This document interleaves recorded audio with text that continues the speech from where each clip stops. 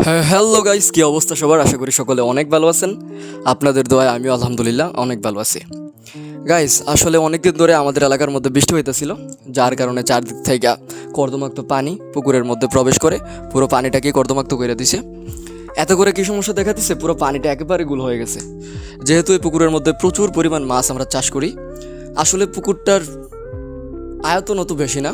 এটা 5 ঘন্টা আমাদের এলাকায় যেটা বলে, আসলে 15 শতক যদি ভালোভাবে বলি।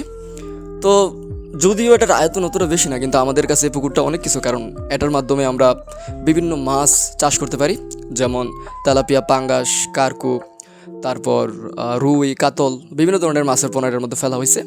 যেহেতু পানিটা ময়লা হয়ে গেছে এবং আদার দিতেছি আমরা, তাছাড়া এই পানিটাকে পরিষ্কার করা খুবই প্রয়োজন ছিল। এর কারণে একজন বড় ভাই থেকে পরামর্শ নিলাম, তিনি বললেন কিছু পরিমাণ লবণ দিয়ে দাও, লবণ দেওয়ার কিছুদিন পর আবার চুন দিবে। তো সেই কারণে 5 কেজি লবণ আনছি, যেহেতু পুকুরের আয়তন অত বেশি না। তো 5 কেজি লবণ দেওয়ার জন্য আমি চলে গেছি। আমি আসলে ইউজ করতেছিলাম একটা হরা, যেটা আসলে কোনো ড্যাগের মুখের মধ্যে ইউজ করা হয়। হরাটা আসলে লবণ দেওয়ার জন্য বা বিভিন্ন আদার দেওয়ার জন্য অনেক উপকারী, অনেক সুবিধা হয় এটাতে দিতে। চারিদিকে প্রচুর পরিমাণ সরে আসলে এটা ইউজ করলে।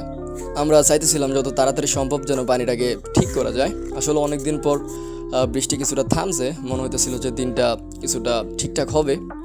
তো যার কারণে আমরা এই পরিকল্পনা করি যে কিছু পরিমাণ লবণ দিয়ে দিই, এত করে হয়তো বা পানিটা খুব তাড়াতাড়ি বিশুদ্ধ হয়ে যাব এবং মাছ এই লবণগুলো থেকে পরবর্তীতে পুষ্টি গ্যাদার করতে পারবো।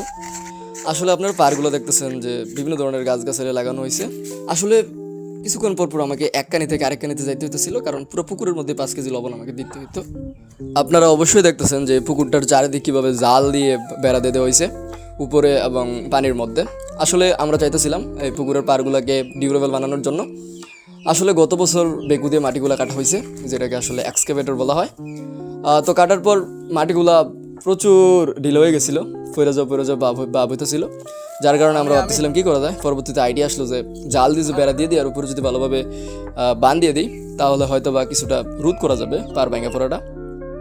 এবং যেটা বলতেছিলাম যে পুকুর পাড়ের মধ্যে অনেক ধরনের সবজি আমরা চাষ করি। আপনারা দেখতেছেন লাউ, বিভিন্ন ধরনের সবজি।